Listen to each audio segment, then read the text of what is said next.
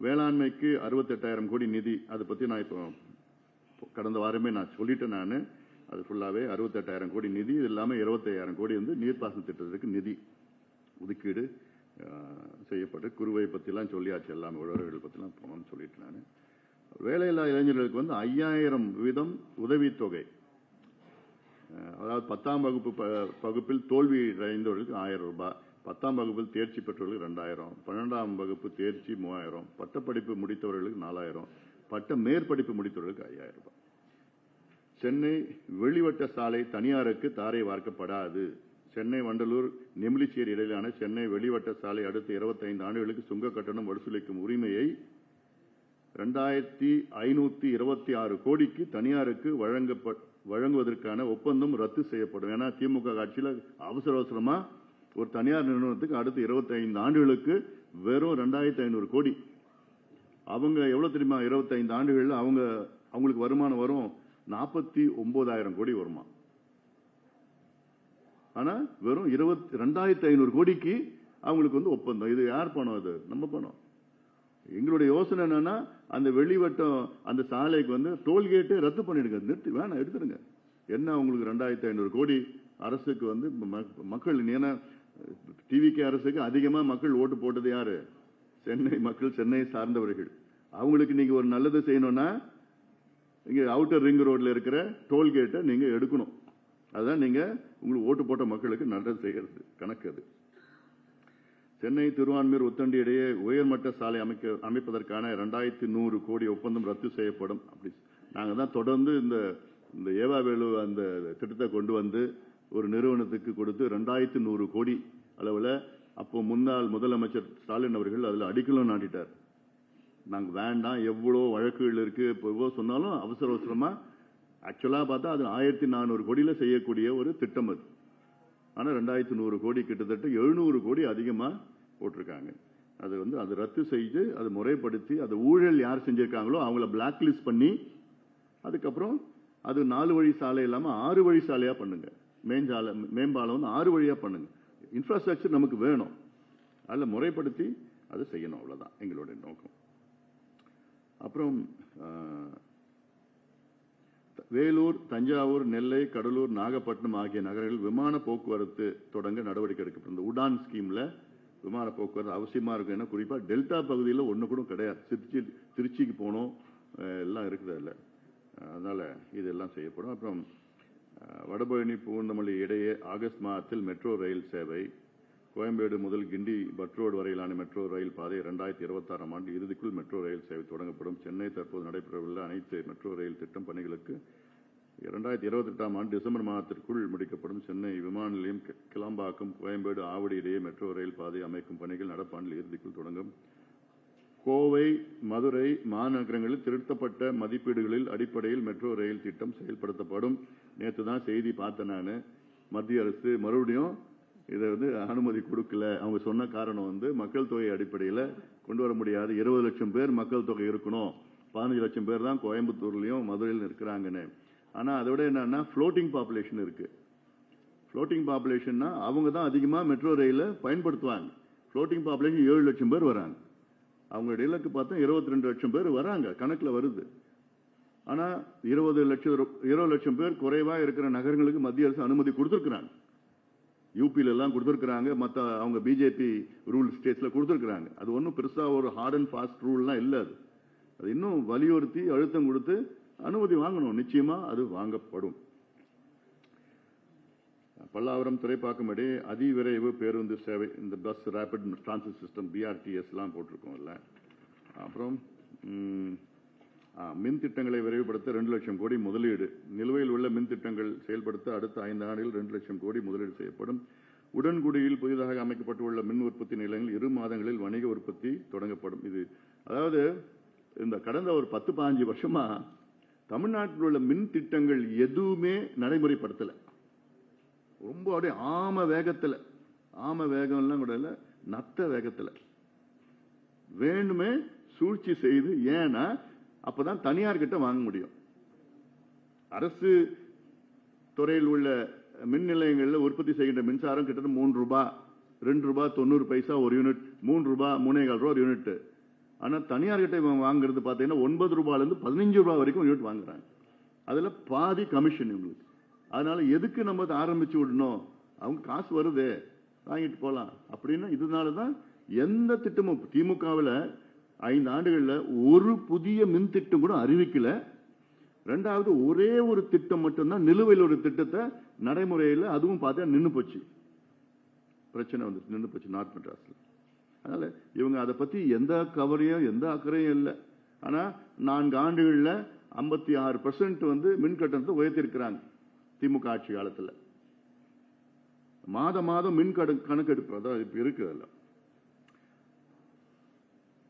2 மாதங்களுக்கு ஒரு முறை மின் கட்டணம் வசூலிக்கப்படும் முறை கைவிடப்பட்டு மாதம் ஒரு முறை மின் கட்டணம் வசூலிக்கும் நடைமுறை அறிமுகப்படுத்தப்படும். இதனால் 1000 யூனிட் மின்சாரம் பயன்படுத்தும் வீட்டிற்கு மின் கட்டணம் 54 விழுக்காடு குறையும். தமிழ்நாட்டில் 2026 ஜூன் மாதம் முதல் கட்டப்படும் தனி வீடுகள், அலுவலக கட்டிடங்கள், அடுக்குமாடி குடியிருப்புகளின் பொது பயன்பாட்டிற்கான இடங்கள் ஆகியவற்றின் மேல் தளத்தில் சூரிய ஒளி மின்சார கட்டமைப்பு ஏற்படுத்துவது கட்டாயமாக்கப்படும். கம்பல்சரி ரூஃப் டாப் சோலார் சட்டமாக கொண்டு வரப்படும். வீடுகளுக்கு, அரசு கட்டிடங்கள் வந்து அடுக்குமாடி குடியிருப்பு எல்லாமே.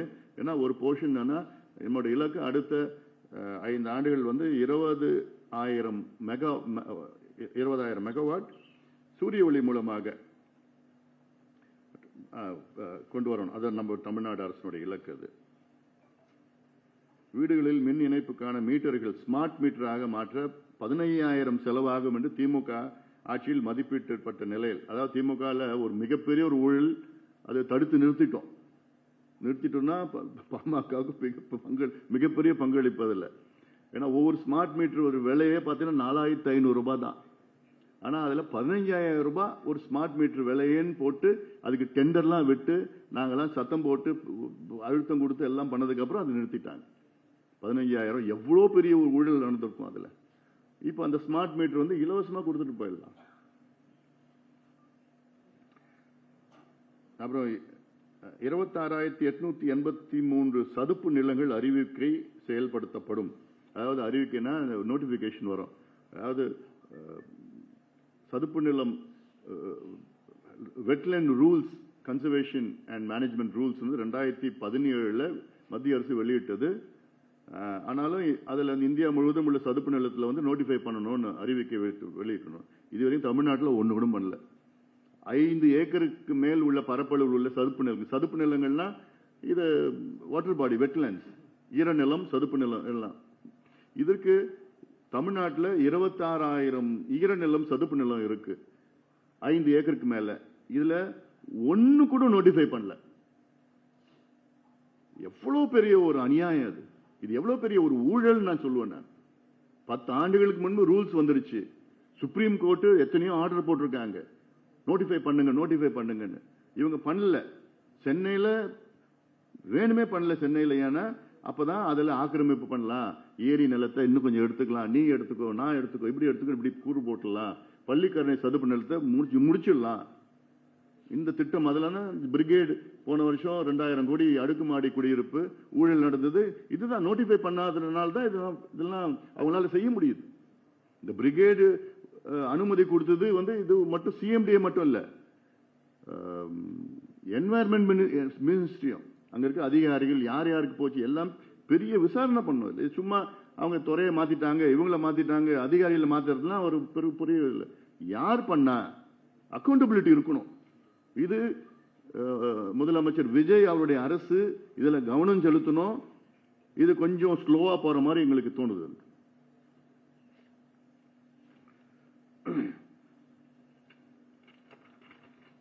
கடைசி பக்கம் வந்துட்டேன், அதனால கொஞ்சம் ஃப்ரீயா இருங்க. சத்துணவு திட்டத்தில் மாலை சிற்றுண்டி சத்துணவு உட்கொள்ளும் அனைத்து குழந்தைகளுக்கும் மாலையில் பால் மற்றும் ரொட்டி வழங்கப்படும். ஆனால் இது கொஞ்சம் இதுல வந்து அதுல மதிய உணவு, காலை உணவு அந்த வந்து பெயர் மாத்தினது வந்து நாங்கள் வரவேற்கிறோம். காமராசர், கர்ம வீரர் காமராசர் பெயரை கொண்டு வந்ததில் எங்களுக்கெல்லாம் ரொம்ப மகிழ்ச்சி. அதை நாங்கள் வரவேற்கின்றோம். அவர் தான் வந்து மதிய உணவே கொண்டு வந்தாரு. அதுக்கப்புறம் எம்ஜிஆர் வந்து அதை சத்துணவா மாத்தினாரு. பிற பிற்படுத்தப்பட்ட வகுப்பினருக்கு கிரீமி லேயர் முறையை நீக்க வேண்டும். இடைக்கால ஏற்பாடாக கிரீமி லேயருக்கான வருவாய் வரம்பை தற்போது உள்ள 8 லட்சத்திலிருந்து 14 லட்சமாக உயர்த்த வேண்டும் என மத்திய அரசிடம் தமிழக அரசு வலியுறுத்தும்.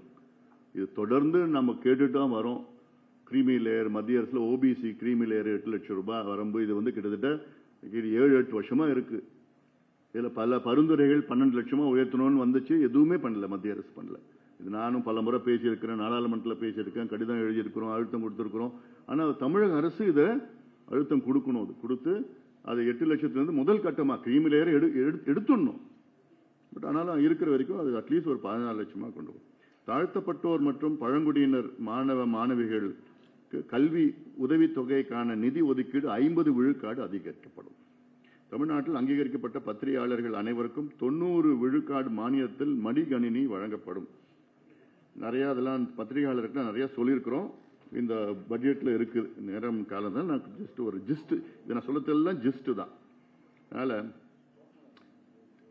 2026-27 ஆண்டிற்கான பாட்டாளி மக்கள் கட்சியின் பொது நிழல் நிதிநிலை அறிக்கையில் மொத்தம் 109 தலைப்புகளில் 341 யோசனைகள் தெரிவிக்கப்பட்டுள்ளன.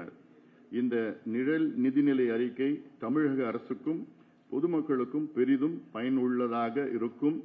இந்த யோசனைகள் ஆலோசனைகளை நாங்கள் தமிழக அரசிடம் நாங்கள் கொடுப்போம். அதிகாரிகள் அமைச்சர்களிடம் தெரிவித்து வரும் தமிழ்நாட்டில் வரும் ஆகஸ்ட் 5 நிதிநிலை அறிக்கை, அதில் முக்கியமான தமிழ்நாட்டை சார்ந்த அம்சங்கள் அதிலும் இடம்பெற வேண்டும் என்ற நோக்கத்திலே தான் நாங்கள் இந்த நிழல் நிதிநிலை அறிக்கை நாங்கள் வெளியிட்டிருக்கின்றோம். அதனால இப்ப நான் வந்து I have just run through this, அவ்வளவுதான். இது நம்ம விளக்கமா சொல்லணும், இன்னும் 1 மணி நேரம் ஆகும். உங்க முகத்தை பார்த்தா அந்த அளவுக்கு உங்களுக்கு பொறுமை இல்லை. ஆனாலும் இந்த பட்ஜெட்ல எல்லாமே இருக்கு. நீங்களும் படிங்க, படிச்சு நீங்க ஏதாவது டவுட் இருந்தா கேளுங்க. இதுக்கப்புறமேடும் கேட்கலாம், நீங்க இமெயில் மூலமா கேட்கலாம். என்ன பண்ணலாம் எல்லாம் நல்ல யோசனைகளை ஆஸ் யூஷுவல் நாங்க கொடுத்துருக்குறோம். அதனால இப்போ இந்த பட்ஜெட் சம்பந்தமா ஏதாவது கேள்வி இருக்கா? இந்த கம்பேரிசன்லாம் பார்க்கலாம். இந்த 55வது பக்கத்தில் நிறைய கம்பேரிசன்லாம் இருக்கு. வருவாய் வரவுகள், வரி வருவாய், வரி அல்லாத வருவாய், மத்திய வரி வசூல் பங்கு, மத்திய அரசிடம் இருந்து பெறும் மானியம், மாநிலத்தில் மொத்த செலவு, வருவாய் கணக்கில் செலவு, மூலதன கணக்கில் செலவு, நிதி பற்றாக்குறை, வருவாய் கணக்கில் உபரி பற்றாக்குறை எல்லாமே இருக்குதில்ல, டீட்டெயிலாக கொடுத்துருக்குறோம். அதனால விரைவில் பாட்டாளி மக்கள் கட்சி சட்டமன்றத்தில் பட்ஜெட்டை போட வேண்டும், தாக்கல் செய்ய வேண்டும் என்று எல்லோருடைய எண்ணம் அது.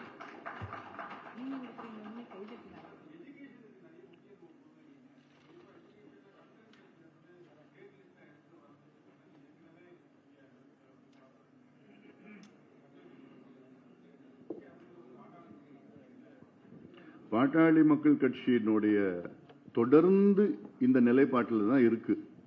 இந்திரா காந்தி அம்மையார் அவர்கள் அவசர காலத்தில் வந்து கல்வி என்பது அப்போ மாநில பட்டியல இருந்து அவங்க வந்து பொதுப்பட்டியல கொண்டு போயிட்டாங்க. அதுல இருந்து தான், ஏன்னா ஒவ்வொரு மாநிலத்துக்கும் ஒரு கொள்கை இருக்கு. ஒரு கல்வி கொள்கை எடுத்தோம்னா அது மீண்டும் மாநில பட்டியலுக்கு வர வேண்டும். இப்ப கூட இந்த இளைஞர்கள் வந்து மாணவர்களோ இளைஞர்களோ டெல்லியில் போராடினாங்க. அதுல ஒரு முக்கிய கோரிக்கையாக வைத்தார்கள். அவங்க வச்சது வந்து அமைச்சர், கல்வி அமைச்சர் ராஜினாமா பண்ணணும்னு ஒரு இஷ்யூ, நீட்டுக்காகன்னு. அது ஒரு ட்ரிகர் பாயிண்ட் தான். ஆனா அது உடைய இப்ப கூட ஒரு குழு, நந்தன் நிலக்கேணி தலைமையில் ஒரு குழு அமைச்சிருக்காங்க. அந்த குழுவுக்கு நானும் போய் ஆலோசனை கொடுக்க போறோம். அதுல இது ஒரு முக்கியமான ஆலோசனை கேட்க போறோம். கல்வியை மீண்டும் மாநில பட்டியலுக்கு கொண்டு வாங்க. ஏன் பிடிவாதமா இருக்கிறீங்க? ஒவ்வொரு மாநிலத்துக்கும் ஒரு கட்டமைப்பு இருக்கு, ஒரு கல்வி கொள்கை இருக்கு. நீங்க இந்தியா முழுக்க ஒரே மாதிரி கொண்டு வர முடியாது.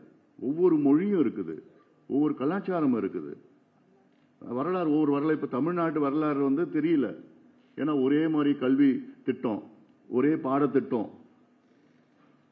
டெல்லியில் இருக்க வரலாறு இருக்கு, தமிழ்நாட்டு வரலாறு தெரியல, கேரளா வரலாறு தெரியல. அந்தந்த மாநிலத்தில் அது வரலாறு ஒரு பக்கம் இருக்கட்டும். ஆனாலும் அப்படி இந்த மீண்டும் மாநில பட்டியலுக்கு கல்வி வந்துருச்சுன்னா இந்த நுழைவுத் தேர்வு பிரச்சனை, இந்த தேர்வு பிரச்சனை, இந்த இடஒதுக்கீடு பிரச்சனை, இது எதுவுமே வராது. எந்த பிரச்சனையும் வராது.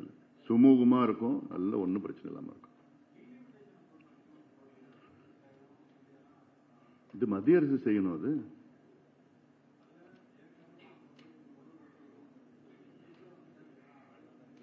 வரட்டும். இப்ப இந்த செஷன்ல, மான்சூன் செஷன்ல இன்னும் அது இன்னும் வரல, தரவுகள் வரல, இன்னும் செய்தி வரல. இன்விடேஷன்ல அவங்க மத்திய அரசுல சொல்லியிருக்கிறாங்க. கடந்த முறை இது கொண்டு வந்த நேரத்தில் அவங்க சொன்னாங்க, யாருக்கும் எந்த பிரச்சனை, எந்த மாநிலத்துக்கும் இடங்கள் வந்து குறைக்கப்படாது.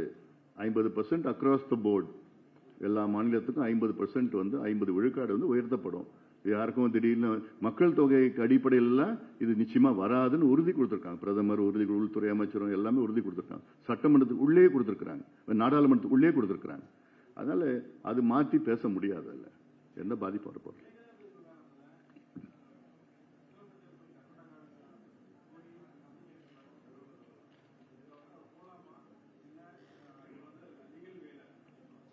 நிச்சயமா முதலமைச்சர் அவர்கள் மேகதாது அணை சம்பந்தமாக கர்நாடகாவுக்கு செல்லக்கூடாது, கர்நாடகா முதலமைச்சரை சந்திக்க கூடாது, மேகதாது சம்பந்தமா பேச்சுவார்த்தை நடத்தக்கூடாது.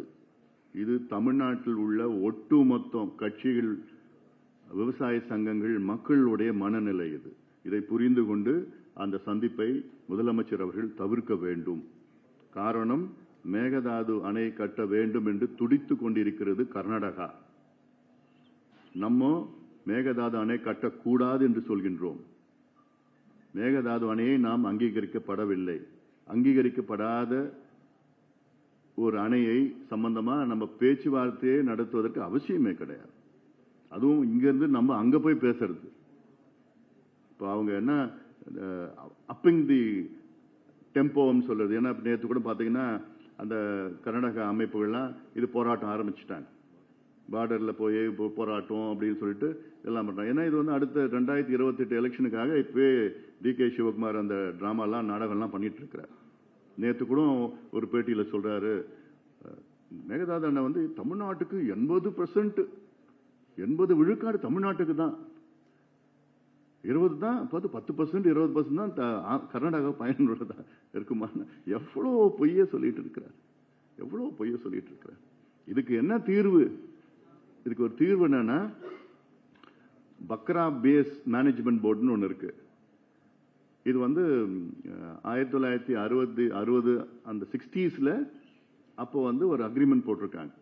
அந்த பக்ரா பேஸ் மேனேஜ்மெண்ட் போர்டில் பக்ரா ரிவர்ல, பேஸ் ரிவர்ல இருக்கிற அத்தனை டேம்ஸும், அணைகளும் இந்த மேனேஜ்மெண்ட் போர்டு கட்டுப்பாட்டில் இருக்கும். இதுல வந்து கிட்டத்தட்ட 7 மாநிலங்கள் கையெழுத்து போட்டிருக்கு. டெல்லி, ஹரியானா, பஞ்சாப், ராஜஸ்தான், ஹிமாச்சல் பிரதேஷ் போன்ற 7 மாநிலங்கள், இன்னும் கொஞ்சம் 2-3 மாநிலங்கள் கையெழுத்து போட்டு இந்த போர்டு வந்து மேனேஜ் பண்றது இந்த போர்டு தான். இங்க எங்க டேம் கட்டலாம், அந்த டேம்ல எப்ப தண்ணி திறந்து விடலாம், எந்த ஸ்டேட்டுக்கு திறந்து விடலாம், எப்ப திறந்து விடலாம், எவ்வளவு திறந்து விடலாம், புதுசா என்ன கட்டலாம்னு அந்த போர்டு முடிவு பண்ணும். எந்த மாநிலத்துக்கும் உரிமை கிடையாது. அப்படி ஒரு காவிரி மேனேஜ்மெண்ட் போர்டு, அதிகாரம் உள்ள காவிரி மேனேஜ்மெண்ட் போர்டை ஒன்று கொண்டு வாங்க. கொண்டு வந்து கர்நாடகாவில் உள்ள 4 பெரிய அணைகள், 10 சிறிய அணைகள், தமிழ்நாட்டில் மேட்டூர் அணை இல்ல, அதிகாரமே கிடையாது. மேனேஜ்மெண்ட் போர்டு ஒன்று இருக்குது, அதிகாரமே கிடையாது. இது காவிரி நடுவர் மன்றம் 2007 வந்து மிகப்பெரிய ஒரு தீர்ப்பு கொடுத்தாங்க. சொல்லியே சொன்னாங்க, அந்த மாதிரி அந்த போர்டு மாதிரி இங்க கொண்டு வாங்க, அதிகாரம் வச்சு ஒட்டுமொத்தமா இதை கண்ட்ரோல் பண்ணுன்னு சொன்னாங்க. எதுவுமே செய்யல. அந்த நேரத்தில் விட்டுட்டாங்க. 2007 சொன்னாங்க. அப்ப இருக்கிற அரசு தூங்கிட்டு இருந்தாங்க, பண்ணல. அதுக்கு பிறகு ஜெயலலிதா அம்மையார் 2013 வந்து தான் அதை வந்து நோட்டிஃபை பண்றாங்க கெசட்ல. நோட்டிஃபை பண்ணதுக்கு அப்புறம் தான் இதெல்லாம் வேணும்னு சொன்ன உடனே கர்நாடகா வந்து சுப்ரீம் கோர்ட் போய் சுப்ரீம் கோர்ட்ல 2018 இறுதி தீர்ப்பு கொடுக்குறாங்க. அப்பவே நம்ம குறைச்சிட்டாங்க. 192 டிஎம்சி 177 டிஎம்சி குறைக்கிறாங்க. அப்போ கடந்த காலத்தில் எவ்வளோ தமிழ்நாட்டுக்கு இந்த காவிரி பிரச்சனையில எவ்வளவு 70, 72, 73 3 டேம் கர்நாடகா கட்டிட்டாங்க. அப்பயும் திமுக இருந்தது. இறுதி தீர்ப்பு வந்தப்போ திமுக இருந்தது. அப்போ எல்லாமே நம்ம இழந்திருக்கிறோம். இது இல்லாம கடந்த ஆண்டு உச்சநீதிமன்றம் இந்த மனு ரிவ்யூ பெட்டிஷன் போட்டாங்க. அதையும் சரியான முறையில் வாதாடல. இன்னும் பண்ணியிருந்திருக்கலாம். எல்லாமே நமக்கு சாதகமா இருக்கு. ஆனாலும் அப்படியே விட்டுட்டாங்க. அதனால இது சட்ட ரீதியிலே அணுக வேண்டும் இந்த பிரச்சனையை. கர்நாடகா என்ன சொன்னாலும் அதை நம்பக்கூடாது. பேச்சுவார்த்தைன்னு எதுவும் இருக்கக்கூடாது கர்நாடகாவோட.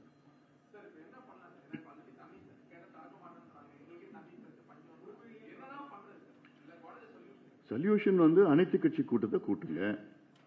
எங்களை எல்லாம் பிரதமர்கிட்ட கூட்டிட்டு போங்க. எங்களை நான் சொல்றது சட்டமன்ற நாடாளுமன்ற கட்சி தலைவர்கள் எல்லாம் கூட்டிட்டு போய் அழுத்தம் கொடுங்க. அரசியல் செய்யுங்க. அரசியல் கட்டம் இன்னைக்கு சுப்ரீம் கோர்ட் போகணும். நடுவர் மன்றம் தீர்ப்பை மதிக்கல. ஒரு 2 நாளுக்கு முன்பு அந்த போர்டு மீட்டிங் நடந்தது. அதுல பாத்தீங்கன்னா ஜூன் மாசம் தமிழ்நாடுக்கு கர்நாடகா காவிரி மூலமாக 9.9 டிஎம்சி கொடுத்துருக்கணும். 2.9 டிஎம்சி தான் கொடுத்துருக்காங்க.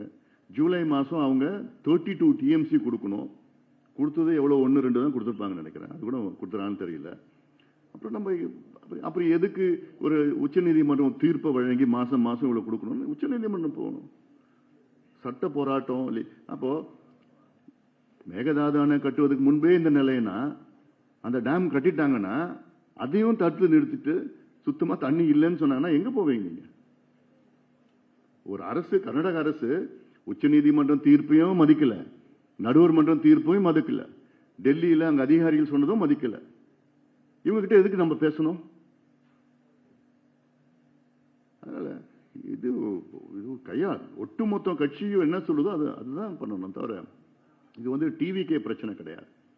தமிழ்நாட்டு பிரச்சனை. அது எது? மேகதாதுக்கு யாரும் இங்க போன? காவிரிக்கு போறது வேற, மேகதாதுக்கு யாரும் போக கூடாது.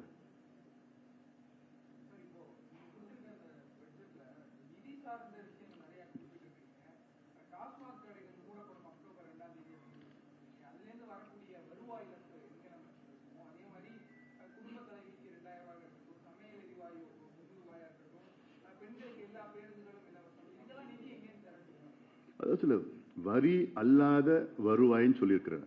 நான் டாக்ஸ் ரெவன்யூ. நான் டாக்ஸ் ரெவன்யூ திமுகவில் அவங்களுடைய இலக்கு 26,000 கோடி வச்சிருந்தாங்க. 23,000 கோடி தான் அவங்களால ஈட்ட முடிஞ்சது. நாங்க கிட்டத்தட்ட 2,17,000 கோடி வச்சிருக்கிறோம் கூடுதலா. அந்த 2,17,000 கோடி பாத்தீங்கன்னா இந்த தாது மணல், அப்புறம் கனிம வளம் முறைப்படுத்துதல், மணல் முறைப்படுத்துதல், அதுக்கப்புறம் இந்த பொதுத்துறைகளில் அது சீர் செய்து அந்த ஊழல்லாம் தடுத்து இதெல்லாமே இது பண்ணாலே கூடுதலாக வரும். கூடுதலாக கிட்டத்தட்ட ஒரு 1,95,000 கோடி கூடுதலாக வரும் அந்த வருவாய். அப்போ நீங்க டாஸ்மார்க்கே தேவையில்லை. என்ன மாதிரி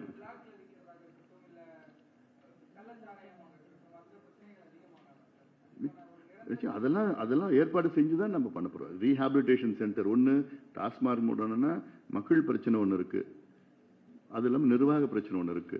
மக்கள் பிரச்சனை இந்த ரீஹாபிலிட்டேஷன் சென்டர் அதெல்லாம் அமைச்சு கொஞ்சம் பண்ணணும். அதுக்கு முன் கொஞ்சம் ஒரு டைம் எடுத்துட்டு கொஞ்சம் பண்ணணும். ரெண்டாவது பார்டர்லாம் அதுக்கு நிச்சயமா யார் யார் எங்க விற்கிறாங்கன்னு ஒரு டோல் ஃப்ரீ நம்பர் நான் சுலபமா நான் சொல்லியிருக்கிறேன். டோல் ஃப்ரீ நம்பர் ஒன்று கொடுத்துட்டா யாரு இந்த செய்தி கொடுக்குறாங்களோ அவங்களுக்கு 10,000 ரூபாய் அவங்களுக்கு பரிசு கொடுக்கறது. அவங்க பேர் யாரும் வெளியில சொல்றது இல்லை. சொன்னா நிச்சயமா அந்த குடிக்கிறவங்க அவங்க மனைவியே சொல்லி விட்டுடுவாங்க இங்க கிடைக்குதுன்னு சொல்லிட்டு 10,000 ரூபாய். அதனால சுலபமா அப்புறம் அங்க யாரு இன்ஸ்பெக்டர்னா சஸ்பெண்ட் பண்ணி விட்டுருவேன்.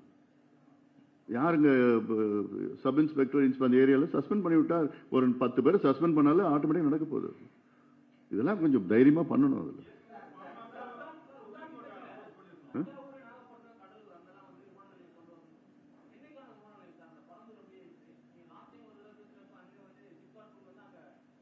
நீங்க தான் சொன்னீங்க சிப்காட். நான் போய் கவர்மெண்ட்ல கேட்டா அப்படி என்னமே இல்லைன்னு அது மாதிரி ஏதாவது கொளுத்தி போட்டுருது. அதான் சொல்றேன். என் வாயில ஏதாவது ஒண்ணு சொல்லி நிச்சயமா சென்னைக்கு இன்னும் ஒரு பசுமை விமான நிலையம் வேண்டும். கிரீன்ஃபீல்ட் ஏர்போர்ட் சென்னைக்கு அவசியமானது. இப்ப இருக்கிற ஏர்போர்ட் 2030க்குள்ள கன்ஜஸ்டட் ஆயிடும். அதனால நிச்சயமா இன்னொன்னு வேணும், அதுக்குள்ள கட்டணும். அது இடம் கூட செய்யூர்ல கூட பாக்குறேன்னு சொல்லிட்டு இருந்தாங்க. திருப்பூரூர்ல சால்ட் பிளான்ட் இருக்கு, உப்பளம் இருக்கு, செய்யூர்ல இருக்கு. அதனால இதெல்லாம் கொஞ்சம் அவசியம் பண்ணணும்.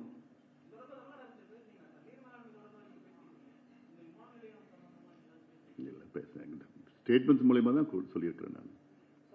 மீடியா உங்க மூலமா தான் நான் சொல்லியிருக்கிறேன் நான்.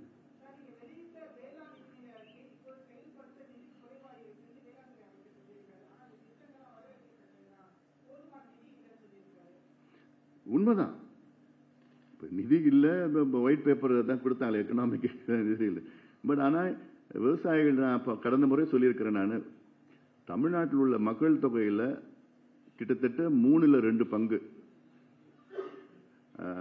66% இல்ல, பட் 63% மக்கள் விவசாயத்தையும் விவசாயிகளும் விவசாயத்தை நம்பி இருக்கின்ற மக்கள்.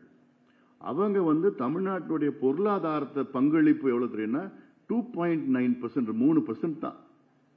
அப்போ அதுலதான் அதிகமா தமிழக அரசு நிதி ஒதுக்கீடு செய்யணும். நாங்க சொல்றது பட்ஜெட்டே பார்த்தா 68,000 கோடி வேளாண் துறைக்கும், 25,000 கோடி நீர்ப்பாசன திட்டம். நீர்ப்பாசன திட்டத்துக்கு நீங்க கடனை வாங்கி 1 லட்சம் கோடி கடனை வாங்குங்க. ஒவ்வொரு வருஷமும் 25,000 கோடி போடுங்க. வேர்ல்ட் பேங்க், பிரிக்ஸ் பேங்க் எல்லாமே இருக்கு. இந்த குளோபல் வார்மிங், கிளைமேட் சேஞ்ச் சம்பந்தமா வேர்ல்ட் பேங்க்ல billions and billions of dollars வச்சிருக்காங்க. கடன் கொடுத்துட்டு இருக்காங்க. அதுல ப்ராஜெக்ட்ஸ் நீங்க கொடுத்தீங்கனாலும் நிச்சயமா கொடுப்பாங்க. பட் விவசாயத்துக்கு நீங்க கிட்டத்தட்ட 68,000 கோடி நீங்க பண்ணணும். ஒரு தனி விவசாய பட்ஜெட்டை போடுறது என்ன பிரயோஜனம்? போன வருஷம் திமுக 15,500 கோடி விவசாயத்திற்கு தனி பட்ஜெட். அது எதுக்கு உங்களுக்கு பட்ஜெட்? இது மக்களை ஏமாத்துற வேலை தானே. இது நாங்க தனி பட்ஜெட் விவசாயத்தை பண்ணிட்டோம். பட்ஜெட் பெருசு இல்ல, அது நிதி ஒதுக்கீடு தானே பெருசு. அதான் விவசாயத்திற்கு பிரச்சனை. விவசாயிகள் ஒரு நாளைக்கு 2 விவசாயிகள் தற்கொலை பண்ணிட்டு இருக்கிறாங்கன்னா அப்ப அது என்ன பிரச்சனை? அவங்களுடைய விளை பொருளுக்கு விலை நிர்ணயம் செய்யணும். மினிமம் சப்போர்ட் பிரைஸ் இன்க்ரீஸ் பண்ணுங்க. கடனை தள்ளுபடி பண்ணுங்க. கூட்டுறவு கடனை தள்ளுபடி பண்ணுங்க. இதெல்லாம் அவசியமா செய்யணும். 3/2 பங்கு மக்கள் பிரச்சனையில பாதிக்கப்படுறாங்கன்னா அவங்கள தான் நீங்க காப்பாற்றணும். அவங்களுக்கு தான் நீங்க அதிக நிதி செய்யணும்.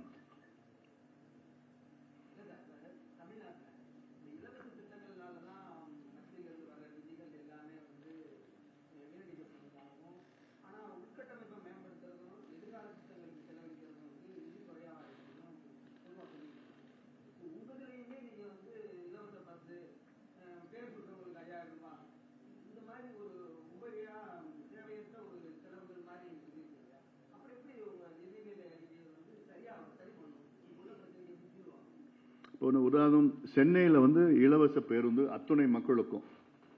சென்னையில் இருக்கிறது மக்கள் 1 கோடி மக்கள் இருக்கிறாங்க வச்சுக்கலாம். இப்போ இந்த யோசனை நாங்கள் 10 ஆண்டுகளுக்கு முன்பே கொடுத்துட்டோம். உலகத்தில் பல நாடுகளில் இருக்கிற மாநகரங்கள் இதில் நடைமுறைப்படுத்திட்டு இருக்கிறாங்க. இதனால என்ன ஆகும்? இலவச பேருந்து சென்னையிலனா திருவான்மையூர்ல வாழ்ந்து வீடு வச்சிருக்கிறது அவங்க திருவொற்றியூர்ல போய் வேலை செய்யலாம். எங்க இருந்து எங்க வேணா போய் படிக்கலாம். இப்போ அந்த இங்க தான் போக முடியும். அதுக்கு பஸ் செலவு அவங்க கட்டணும். இப்போ அவங்க வருமானமே 5,000 6,000 தான். இங்க எங்க வேணா போகலாம், எங்க வேணா படிக்கலாம், எங்க வேணா வேலை செய்யலாம். ரெண்டாவது, நீங்க இலவச பஸ் போட்டு இன்க்ரீஸ் பண்ணி நல்ல தரமான பஸ் இன்க்ரீஸ் பண்ணீங்கன்னா இப்ப மார்க்கெட் போறாங்க, பைக் எடுத்துட்டு போறாங்க, அவங்க அதை தருவிப்பாங்க. சினிமாவுக்கு போனா பைக்ல போவாங்க. இது பஸ் ஃப்ரீக்வன்சி இருந்ததுன்னா அதுல பஸ்ல எல்லாரும் ஏறி பயன்படுத்துவாங்க. சிட்டி உள்ள வேர் அண்ட் டேர் குறையும், பெட்ரோல் யூசேஜ் குறையும், பொல்யூஷன் குறையும். பொல்யூஷனால சென்னையில மட்டும் ஆண்டுதோறும் 4,000 பேர் இறக்குறாங்கன்னு அது நான் அண்டர் எஸ்டிமேட் பண்ணி சொல்றேன். நான் இறப்பு விகிதம் இருக்குது. டூரிசம் இன்க்ரீஸ் ஆகும். மற்ற நாடுகளில் டூரிசம் அந்த அளவுக்கு ஃப்ரீ பஸ்னா அவ்வளோ டூரிஸ்ட் ஏன்னா அவங்களுக்கு செலவு மிச்சமாகுது. முக்கியமா ஸ்கூலுக்கு போறது. நீ காலையிலையும் சாயங்காலமும் நீங்க பாத்தீங்கன்னா கன்ஜஸ்டடா இருக்குது. ஏன்னா ஸ்கூலுக்கு போறதுல எல்லாமே பைக்ல கூட்டிட்டு போறாங்க குழந்தைங்களை. நீங்க ஃப்ரீ பஸ்னா கரெக்டா ஸ்கூல்ல போய் விட்டுட்டு பஸ் எவ்ரி 5 மினிட்ஸ் பஸ் வந்துட்டே இருக்கும், எவ்ரி 10 மினிட்ஸ் வந்துட்டே இருக்கும் ஃப்ரீயா. ஸோ அது தொடர்ந்து அப்படி ஃப்ரீயா நம்ம பண்ணி போனா ஸோ ஒவ்வொரு வீட்லேயும் 3000 ரூபாய் 4000 ரூபாய் மிச்சமாகும். அந்த 3000 ரூபாய் 4000 ரூபாய் வந்து நான் சொல்றது நடுத்தர குடும்பத்தில் அந்த மற்ற பொருளாதார மற்ற இதில் அவங்க வந்து செலவு பண்ணுவாங்க, பொருளாதாரம் இன்க்ரீஸ் ஆகும். ஸோ இட்ஸ் ஒரு கேஸ்கேடிங் எஃபெக்ட் வரும், இதில் அடிஷ்னல் கேஸ்கேடிங் எஃபெக்ட் வரும். நல்ல ஒரு ஆக்சிடென்ட்ஸ் குறையும், இறப்பு குறையும், வேர் அண்ட் டேர் குறையும், பெட்ரோல் டீசல் குறையும். பட் இது மற்ற இந்த பணம் மற்ற வரிகள் மூலமா வந்துடுது இல்ல கவர்மெண்ட்டுக்கு. இந்த பணம் செலவு பண்றது மற்றெல்லாம் செலவு பண்ண போறாங்க அவங்க. அப்போ கவர்மெண்ட்டுக்கு தானே வரும், எக்ஸ்பென்ஸ் வருது.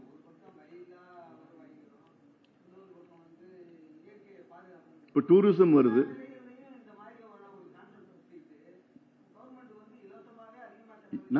நாங்க சொல்றது எல்லாமே நாங்க சொல்லலையே. இதுல சயின்டிபிக் அனாலிசிஸ் தான் நான் பண்ணிருக்கோம். அதுல இதனால டூரிசம் இன்க்ரீஸ் ஆச்சுன்னா கவர்மெண்ட்டுக்கு தானே வருவாய் இருக்கும். இது பொருளாதாரம் இதுல எல்லாமே மத்தல செலவு பண்ணா கவர்மெண்ட்டுக்கு தான் அதிகமா இருக்கு போகுது. படிச்சா இப்ப ஒரு பையன் படிக்கிறான்னா கவர்மெண்ட் தானே செலவு கம்மி, இல்லைன்னா இங்க தான் போகணும், இங்க தான் வேலை செய்யணும். ஸோ எம்ப்ளாய்மெண்ட் அதிகமாக வருது இல்லை.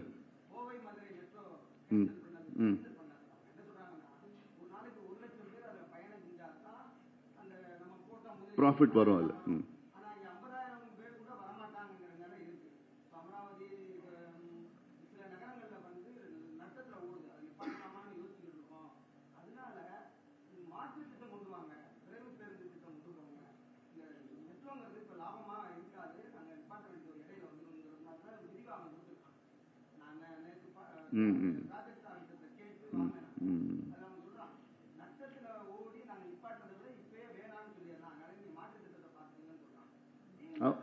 அவங்க இல்ல இல்ல ஒரு கவர்மெண்ட்னா வந்து ஒன்லி ப்ராஃபிட்ல இயங்குறது கவர்மெண்ட், அது கவர்மெண்ட் கிடையாது. கவர்மெண்ட்னா ஒரு சோஷியல் இன்ஃப்ளூயன்ஸ் இருக்கணும், ஒரு சமூக உணர்வு இருக்கணும். அப்ப அதுதான் அப்போ எல்லாமே லாபத்தில் ஓடுச்சுன்னா அது கவர்மெண்டின் பேர் இல்லை, அது தனியார் மயம். அதனால எல்லாமே ஒரு சர்வீஸ் ஓரியன்ட், ஒரு சோஷியல் ஸ்டேச்சர் வந்து எல்லாத்துக்கும் கீழே இருக்கிறவங்களுக்குலாம் அது உதவி பண்ணாதான் அவங்க மேலே வர முடியும். இப்போ ஒரு எக்ஸாம்பிள் நான் சொல்றேன். தமிழ்நாடு வந்து கடந்த 2 ஆண்டுகளாக இந்தியாவில் நம்பர் 1 பொருளாதார வளர்ச்சின்னு சொல்லிக்கலாம். நம்ம முதல் இடத்துலன்னா கடந்த ஆண்டுக்கு முன்பு வந்து 11.1%, போன வருஷம் 10.8% இருக்கு. மற்ற மாநிலங்கள் வந்து 10%, 9.8% தான். ஆனா தமிழர்கள் வளர்ச்சி அடையல. தமிழ்நாடு பொருளாதாரத்தில் வளர்ச்சி அடையுது, தமிழர்கள் வளர்ச்சி அடையல. அது போய் கீழே ட்ரிக்கிள் பண்ணல, மக்களுக்கு போய் சேரல. அப்போ தமிழ்நாடு வளர்ச்சி அடைஞ்சு என்ன பிரயோஜனம்? அப்போ இன்னும் கடன் சுமையில தான் இருக்கிறாங்க. தமிழ்நாடு வந்து இட்ஸ் மேனுஃபேக்சரிங் ஹப், உற்பத்தி ஒரு மிகப்பெரிய உற்பத்தி செய்யற ஒரு ஸ்டேட். ஆனா கன்சியூமர்ஸ் இல்லை, அந்த அளவுக்கு கன்சியூமர் இல்லை. கன்சியூமர் எப்படின்னா, இப்படி நீங்க இந்த மாதிரி கொஞ்சம் அவங்களுக்கு கொஞ்சம் ஃப்ரீ கொஞ்சம் பண்ணிட்டீங்கன்னா, ஃப்ரீ தான், நான் ஃப்ரீ எல்லாத்தையும் சொல்ல. இப்போ நீ போக்குவரத்துல அவங்களுக்கு அந்த கொஞ்சம் காசு அவங்களுக்கு வந்துச்சுன்னா அது கன்சியூமர் மார்க்கெட் இன்க்ரீஸ் ஆகும். ஸோ அப்போ அது வந்து பொருளாதாரத்தில் பில்டப் ஆகும். அதில் நாங்கள் எங்களோட நோக்கமே வந்து எல்லாமே நாங்கள் இவங்க சொல்ற மாதிரி திடீர்னு எலெக்ஷன் வந்துச்சுன்னா பொங்கலுக்கு 3000 ரூபாய் கொடுப்போம், எலெக்ஷன் வந்துச்சுன்னா கோடை காலத்தில் 5000 ரூபாய் கொடுப்போம், அதெல்லாம் நாங்கள் சொல்லலை. நாங்கள் இந்த டைரக்ட் கேஷ் பெனிஃபிட் டிரான்ஸ்ஃபர் வந்து ஆக்சுவலாக சயின்டிஸ்ட், எக்கனாமிக் சயின்டிஸ்ட் இருக்காங்க நிறையா, அவங்க சொல்றது வந்து இட் ஹெல்ப்ஸ் இன் அ வே, பெண்களுக்கு போகிறது it helps in a way. But ஆனால் அது ஒரு இவங்க செய்யறது எலெக்ஷனுக்காக பண்றது.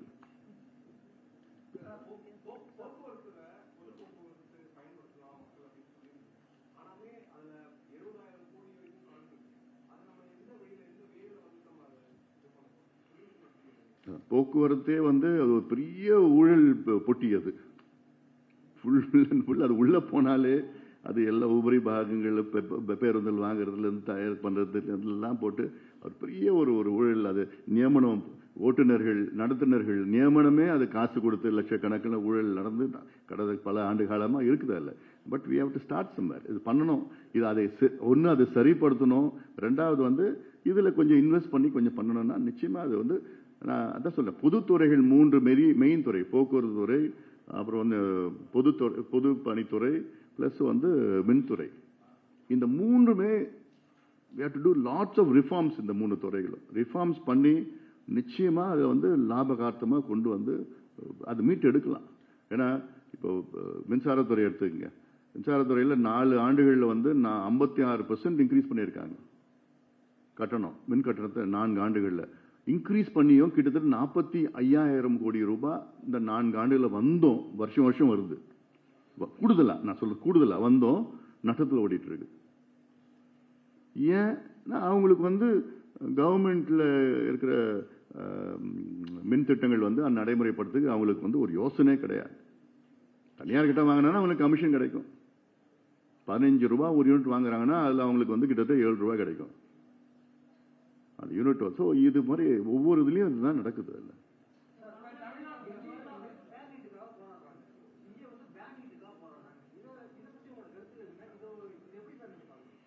பேன் நீட்டா, இதுதான் நாங்க நீட்டு வர்றதுக்கு முன்பே இருந்து எங்களுடைய நிலைப்பாடு இதுதான்.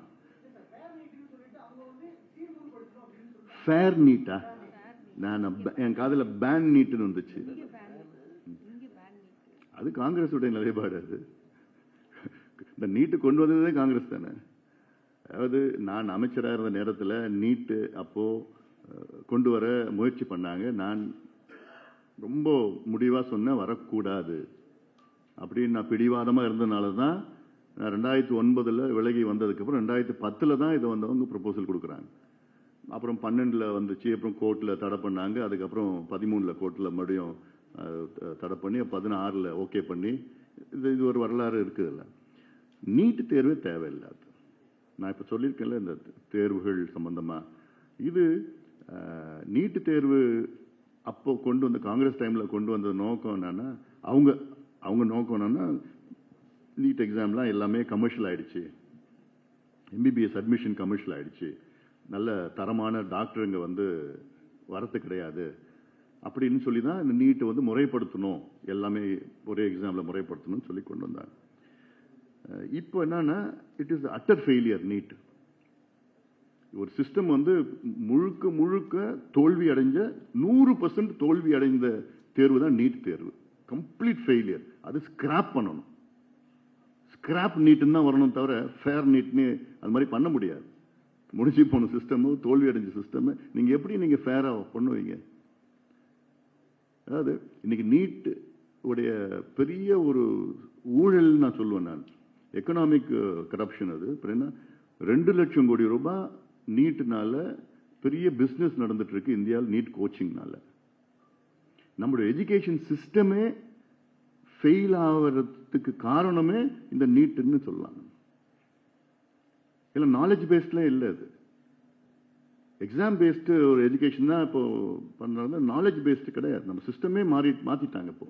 நீட். ரெண்டாவது 2 லட்சம் கோடி கமர்ஷியல் ஆயிடுச்சு. அடுத்தது வந்து தரமான டாக்டருங்க இல்ல, நீட்ல வரல. ஏன்னா காசு வச்சிருந்தா நீட்ல படிக்கலாம். அதுதான் இப்போ இந்த சிஸ்டம். இப்போ ஒரு பல எக்ஸாம்பிள்ஸ் நான் சொன்னேன். 590 மார்க் எடுத்த ஒரு பையன் அவனால படிக்க முடியல. ஏன்னா அவங்க அப்பா வந்து விவசாயி. அவருக்கு வந்து அட்மிஷன் வந்து பிரைவேட் காலேஜ் கவர்மெண்ட் கோட்டா 5 லட்சம் ஃபீஸ் கட்டணும். 5 லட்சம் கட்ட முடியல. 110 மார்க் எடுத்த ஒரு பையன் அவங்க அப்பா காசு வச்சிருக்கிறாருன்னு சொல்லிட்டு அவன் படிக்கிறான். 27 லட்சம் ஃபீஸ் ஒரு வருஷத்துக்கு கட்டி படிக்கிறான். அப்போ 590 மார்க்ஸ் எடுத்த ஒரு பையன் படிக்க முடியல, 110 மார்க் எடுத்த பையன் படிக்கிறான்னா அப்போ என்ன ஃபேர் சிஸ்டம் இது? போன வருஷம் பிஜியில் நீட்ல பிஜியில் 0 மார்க் 0% எடுத்தவங்கள எம்பிபிஎஸ் எம்டி எம்எஸ் படிக்கிறாங்க. இவங்க எப்படி என்ன டாக்டரா வருவாங்க? எப்படி தகுதி நல்ல தரமான டாக்டரா வருவாங்க? 0 மார்க் 0% -% எல்லாம் அட்மிஷன் கொடுத்துட்டு இருக்கிறாங்க. அப்போ இந்த சிஸ்டமே இட் இஸ் கான். இது இல்லாம வந்து நீட் பேப்பர் லீக் வந்து வருஷம் நடக்கிறது தான். இந்த வருஷம் கண்டுபிடிச்சு வெளியில வந்துருச்சு. இந்த 5 வருஷத்துல 3 வருஷம் லீக் ஆயிடுச்சு. அதை அப்படியே கட்டுப்படுத்தி வெளியில வராம பாத்துக்கிட்டாங்க. இப்போ கொஞ்சம் வெளியில வந்த உடனே எல்லாத்துக்கும் மேல நமக்குன்னு எல்லாம் மனசாட்சி இருக்குது. ஒரு தேர்வுனால சின்ன குழந்தைங்க, பிஞ்சு குழந்தைங்க வந்து தற்கொலை பண்ணிக்கிறாங்கன்னா அந்த தேர்வு தேவையா? இது எவ்வளவு பெரிய ஒரு மோசம், அது எவ்வளவு பெரிய ஒரு செய்தி. சின்ன சின்ன குழந்தைங்க 16, 17, 18 வயசு குழந்தைங்க ஒரு தேர்வுக்காக தற்கொலையே பண்ணிக்கிறாங்கன்னா அப்ப என்ன மாதிரி சிஸ்டம் நீங்க கொண்டு வந்திருக்கீங்க? மான்ஸ்டர் ஆஃப் சிஸ்டம் அது. தமிழ்நாட்டில் 45 குழந்தைங்க இந்த 10 வருஷத்துல தற்கொலை பண்ணியிருக்கிறாங்கன்னா அப்போ என்ன என்ன எக்ஸாம் எதுக்கு அது? தமிழ் அதெல்லாம் நாங்க போய் சொல்ல போறோம், பேச போறோம், அது என்ன பண்ண போறாங்கன்னு பார்க்கலாம். பட் அது கான்செப்ட் நீட். அந்த டாஸ்க் ஃபோர்ஸ் என்ன பண்ணணும்னா நீட் ரத்து பண்ணணும், அந்த ரெக்கமெண்டேஷன் கொடுத்துடணும். ஒவ்வொரு ஸ்டேட்டுக்கும் நீங்களே நடத்துங்கன்னு சொல்லணும். நீட் எதுக்கு வச்சுக்கணும்னா இந்தியாவில் கிட்டத்தட்ட ஒரு 20-22 எய்ம்ஸ் கொண்டு வந்திருக்கிறாங்க. அந்த எய்ம்ஸுக்கு வேணா நீங்க நீட் வச்சுக்கோங்க. மற்றபடி நீங்க அந்தந்த ஸ்டேட்டுக்கு நீங்க கொடுத்துட்டு போங்க. Each state has its own admission policy, each state has own infrastructure இருக்கு. இப்போ 20 வருஷத்துக்கு முன்பு தான் சில மாநிலங்களில் மெடிக்கல் காலேஜ் இல்லை. இன்னைக்கு எல்லா ஸ்டேட்லயும் மெடிக்கல் காலேஜ் இருக்கு, அட்மிஷன்ஸ் நடந்துட்டு இருக்கு, எல்லாம் இருக்குது. எதுக்கு நீங்க நீட் வச்சுக்கிட்டு திருப்பி உங்களுக்கு நடத்த முடியாத ஒரு தேர்வு? சொல்ல கோச்சிங் சென்டர் நீ தடை பண்ணுங்களேன். அந்த high power committee coaching centre தடை பண்ணட்டும், என்ன நடக்கும் பார்க்கலாம். ஆனா ஆனா அது நீட்டே தடை பண்ணணும்.